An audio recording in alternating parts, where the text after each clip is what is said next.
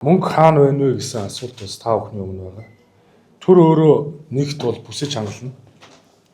Төсвөө 1.4 их найт төгрөгөөр хэмнэж байна. Томилт, сургууль сурчлагаа, тавилга, хогшил, машин техник, зөвлөх үйлчилгээ, элдв, тэтгэм, шагнал, хурал, форум, баяр ёслол, илүүц, тээвэр, шатхууны зардал, цаасны зардлыг бүхлээр нь танаж, бүсэж хангалсан шиг хангалж 1.4 их найт төгрөгийг хэмнэх улсын төсвийн тодтголыг өргөн мэдүүллээ. Та бүхэн дэлгэцээр харж байна. Бид урсгал зардлаас 433.4 тэрбум төгрөг, нийслэлийн үнийн цааснаас 758 тэрбум төгрөг, хөрөнгийн зардлаас 249.5 тэрбум төгрөгийг боддоор хэмнэж байна гэсэн. За төр зардлаа танахдаа бол төсвийн ерөнхийлөгчийн захирагч нарын урсгал зардлыг бүгдийг нь бууруулсан. Зөвхөн төрийн албан агчдынхаа цалинг тавиад үйл ажиллагаагаа явуулах бололцоог үүгээр бүрдүүлсэн. Сайд нар зөвхөн цалингаа тавиад өдөртний үйл ажиллагаагаа явуулнаа. Элдв нэмэлт огт зардал байхгүй гэдгийг 2026 оны улсын төсвийн тодтгол бол үнийн өсөлт, эрчим хүч, төрөл шатхууны тасалдал тоглолтоос ард түмний улс орноо хамгаалах, болцшгүй хүн цохилтыг зөөлөх, шинжлэх ухаанч бас эдийн засгийн тооцоолол юм а гэдгийг бас та бүхэнд хэлхийг хүсэж байна. Нийгмийн даатгалын шинжилгээг их хурлаар баталсан. Энэ нийгмийн даатгалын багц хууль дээр бол суур тэтгэвэр гэдэг ойлголтыг бүрдүүлж өгсөн. Суур тэтгэвэр бол өндөр насны тэтгэвэр тогтоологсон бол суур тэтгэвэр болгож эхэлдэг. Суур тэтгэврийг 100-аас 300 мянган төгрөгөөр тогтооно. Энэ юугаар тооцоологддог вэ гэхээр 769 мянган төгрөгийн тэтгэврийн доод хэмжээ авч байгаа иргэдийн 3/1 нь 20-с дээш жил ажилласан байдаг төрдөө.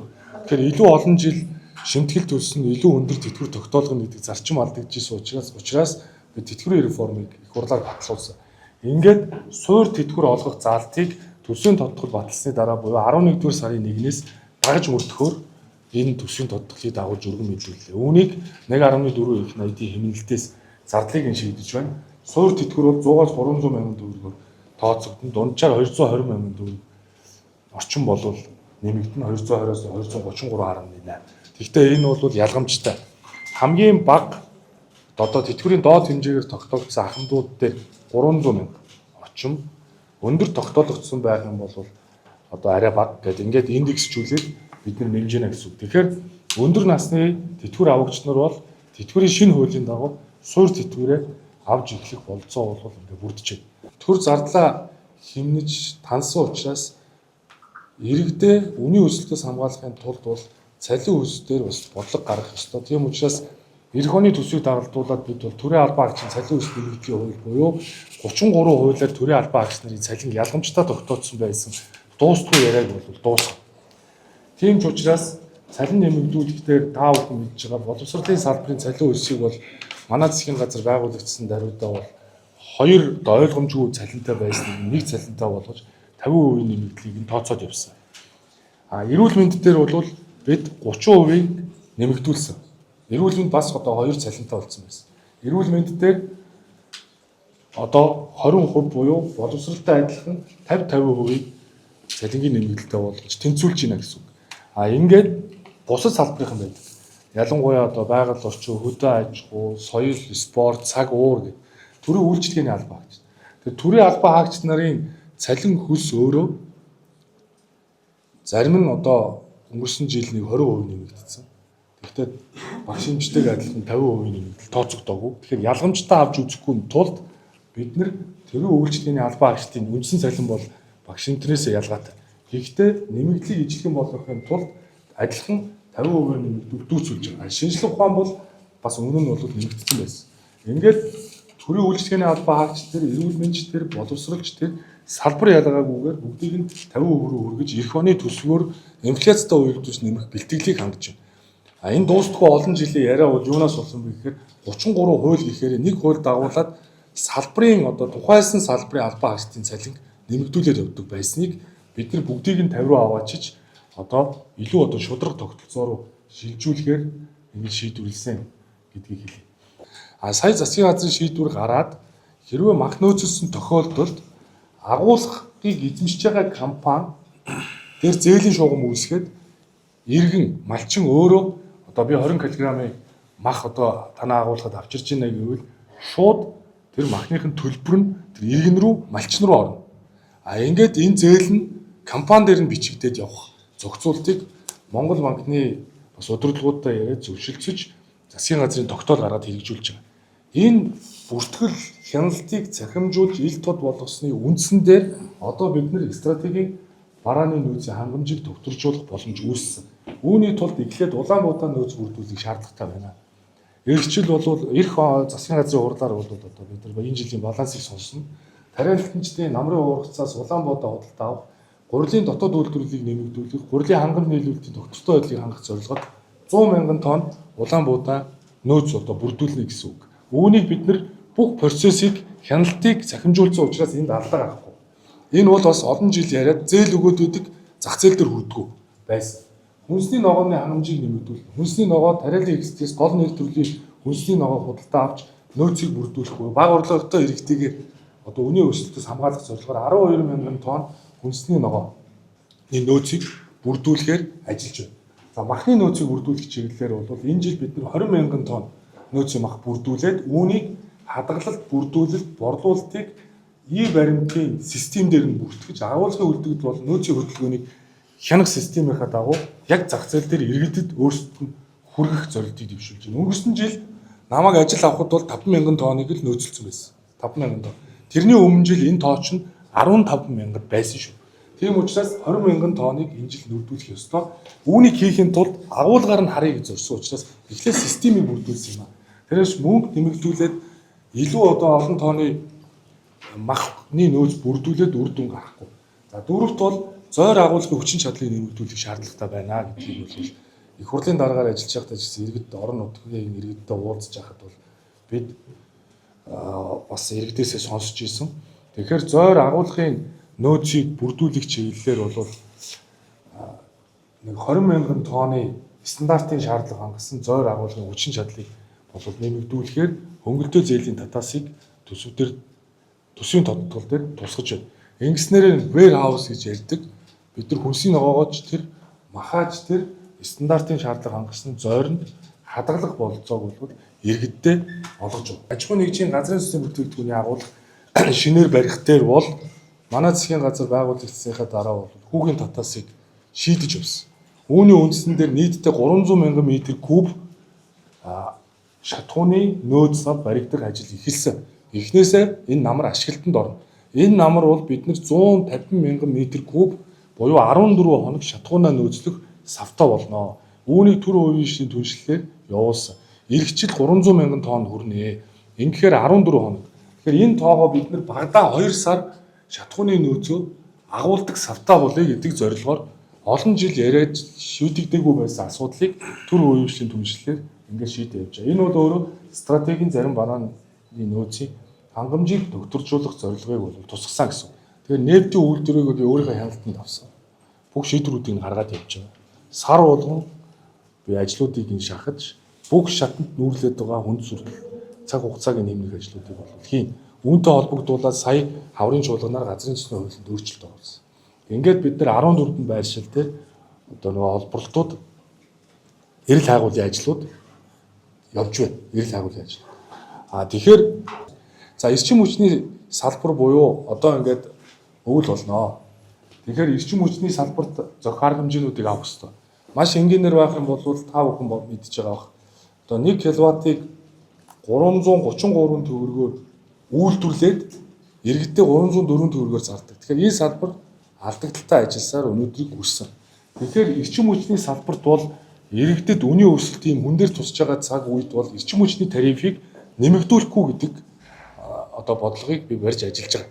Тийм учраас эрчим хүчний тарифыг нэмэгдүүлэхгүй тулд хэрэглэгчид санхүүгийн нэмэлт дарамт үүсэхгүй тулд татаас дээр 107.3 тэрбум төгрөгийг тавьж байна. Энийг юу вэ гэхээр хятадаас 8 дугаар сараас импортын цахилгааны үүсэх алдагдлын татаас 51 тэрбум, баруун бүс Оросын импортын цахилгааны үн тарифын алдагдaltaй 30 тэрбум, төвийн бүсийн импортын цахилгааны үнийг 9.3-аас 12.5% нэмэгдүүлсэн үний өсөлтийн татаасыг тавьж энэ одоо өвлийн хөдөө өдрүүдийг иргэдээ одоо дэмжиж давхан зүйтэй гэж ийм шийдвэр гаргаж тодтгол төр тусгасан. Мөн эрчим хүчний бэлэн байдлыг хангуулах чиглэлээр бол манай засгийн газар байгуулагдсан даруйда одоо ТЭЦ 4 дээр гэхэд одоо хэд хэдэн уурын зуухны засвар шинжил тоног төхөөрөмжийн ажлуудыг ажил авсан даруйда одоо засгийн газрын нөөц хөрөнгөөс шийдсэн. Өвлийн бэлтгэлийг бид нар одоо хангаж байна. Одоо сэлэнгийн 70 мегаватт, импортын 80 мегаватт орж ижил бид нар илүүчгүй дутуучгүй 1950 2000 хүрэхгүй их үүсвэрийг хангаж чадна. Тэгэхээр нэг уурын зуух л одоо дэлбэрэхэд нэг уурын зуухтаар асуудал үүсгэхэд бол бид нар тог цахилгаангүй болох ийм эрсдэл байгаа юм. Энэ олон жил яваад шийдэж чадаагүй асуудал. Тэгэхээр үүнийг тоног төхөөрөмжийн шинжилгээг хийх шаардлагатай гэдэг утгаараа бол дулааны цахилгаан станцуудын үндсэн болон туслах тоноглолын их засварыг 7 төрлийн өмчт компаниар хий. Дулааны станц, дулааны сүлжээний үндсэн болон туслах тоноглолын их засварыг 9 компаниар хий. Цахилгаан дамжуулах түгээх сүлжээний үндсэн болон туслах тоноглолын их засварыг мөн төрлийн өмчт 7 компаниар хий. Энэ компаниуд дээр бол би өөрөө бичлээ очиж уулзаж нөхцөл байдалтай танилцсан. Их усүр нэмэгдүүлэх зорилгоор манай засгийн газар 5 байршил дээр сэргээгт эрчим хүчний одоо их усүрийг шинээр бий болгох зорилгоор нээлттэй сонгон шалгуулалт, нээлттэй аукшныг зарласан. Одоо 2 байршил бол нэлээд хурдтай шуурхаа бол явж байна. Тэгэхээр хамгийн бага үн бараг 485-аар өгсөн шүү дээ. Тэгэхээр бид нар үн бууруулж болдго юмаа гэдгийг харуулсан. Тэгэхээр цаашаа эрчим хүчний салбарт илүү чөлөөлөлт явагдана, их усүрээ нэмэгдүүлнэ, төр хувийн бишийн түншлэлийг илүүд одоо ингэж үзнэ гэдгийг бол та бүхэнд бас хэлье. За мөн энэ төсвийн тодтгол дээр сургуулийн үр хэмжээг нэмэгдүүлэх чиглэл дээр бол шинэ сургууль барих гэхээсээ илүүтэйгээр гэртээ ойрхон сургууль гэдэг хөтөлбөрийг хэрэгжилтийг 9 сарын 1-ээс хангуулж эхлэж байна. Одоо анги дүүргэлт маш их. Тэгэхээр анги дүүргэлтийг багасгахын тулд бид нэг ангид 35-аас дээш хүүхэд сурахгүй байх нөхцөлийг бүрдүүлэх зорилгоор гэртээ ойрхон сургууль гэдэг хөтөлбөрийг одоо хийж хэрэгжүүлж эхэлнэ. Үүний үндсэн дээр та хүүхдээ гэрийнхээ ойрхон сургуультай өгөх бололцоог бол бүрдүүлнэ. За ингээд 35-аас доош дүүргэлттэй сургууль улсын хэмжээнд 80% энэ тодтголоор бол одоо хүргэх бэлтгэл ажлыг энэ зуны хугацаанд бол бүрэн хангаж дууссан. Мөн энэ гэртээ ойрхон сургууль хөтөлбөрийн эхлэл болгоод бид нэр төрөлцсөн ахлах сургуулиудыг байгуулж байгаа. Монгол Улсын их сургууль, шинжлэх ухааны технологийн их сургууль, за одоо бас Кембрижийн хөтөлбөртэй сургуулиудын хөтөлбөрийг бүс болгонууд дээр сонголтоор нь ахлах сургуулиудын хөтөлбөртэй уялдуулах ажлыг засгийн газар бүрдүүлсэн. Тэгэхээр боловсролын салбарт бол би бас өөрөө ойрхон учраас энэ салбарт нэлээд онцгойлж бол анхаарч ажиллалаа. Эх оны төсвүүдээр бол боловсролын реформ дээр ямар шинжил хийх вэ гэдгээ эх 7 хоногт төсөө өргөн мэдүүлсийнхаа дараа, хуулиараа 9 сарын 1-нд өргөн мэдүүлсийнхаа дараа та бүхэндээ бол танилцуулна. Мөн энэ хувийн сургуулиуд дээр сул орон зайнууд байгаа. Сул орон зайнуудыг бид нар одоо ашиглах ёстой. Анги танхим нь хоосон, хичээл сургууль ордгоо ийм анги танхимуудыг одоо ашиглаж бид нар гэртээ ойрхон сургуулиудаа хүүхдээ өгөө гэдэг энэ зарчим руу одоо шийдвэрлэх зорилгоор тодтгол дээр 50 тэрбум төгрөгийг ингээд тусгай явж байна. Эх оны төсвүүдээр энэ хөтөлбөр үргэлжлэнэ гэдгийг хэлье. За төсвийн тодтголыг дагалдуулаад санхүүжилтийн ерөнхий хөтөлбөр буюу дэлхийн нийтийн хурцлуулах нөхцөл байдлаар шалтгаалсан Монгол Улсын төлбөрийн тэнцэл гадаад валютын албан нөөцөд ирэх дарамтыг бууруулах төсвийн дэмжлэгийн эргэн төлөх 15 жилийн хугацаатай зээлийг их хурд өргөн мэдүүлж байна. Энэ зээл юунд зарцуулагддаг вэ гэхээр энэ бол цэвэр гадаад валютын албан нөөц төлбөрийн тэнцлийг одоо дарамтыг бууруулах, санхүүжүүлэх ийм зорилготой дэмжлэг. Үүнийг давхар хийж явахгүй бол бид нар ханшаа алдах эрсдэлтэй.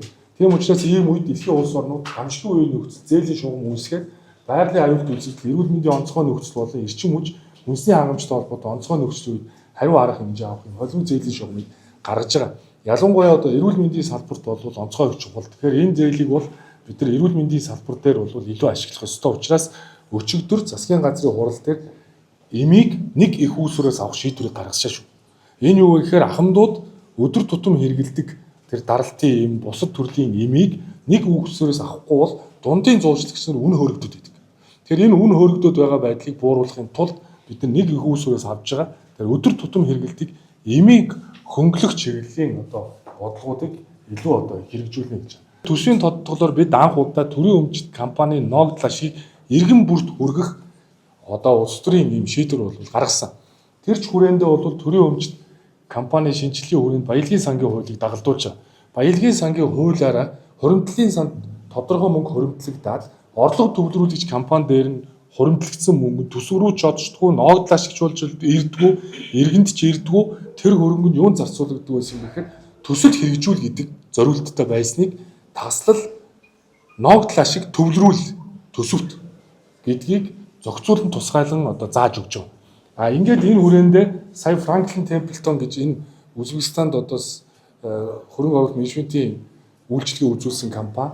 Дээрээс нь одоо хэдхэн хоногийн дараа дэлхийн алдартай BlackRock бас мэргэжлийн хөрөнгө оруулалтын удирдлагын компани бол бид нар санал тавьсан. Энэ хоёр компанитай хоёулантай санамж зураад ингээ хамтран ажиллаж байна. Нээлттэй сонгон шалралтуудыг зарлана. Хөрөнгө оруулалтын сангаа засгийн газар 100% эзэмшээд бирж дээр гаргаж хөрөнгө татаж саяны төрийн өмчт компани ногдол ашгийг төсөвдөр одоо ногдол ашиг хэлбэрээр ашиглах болцоог нээсэн заалтынхаа дагуу төрийн өмчт компани ногдол ашиг иргэн болгонд хүртэх шийдвэрийг одоо энэ хуулиараа гаргаж ийна гэсэн.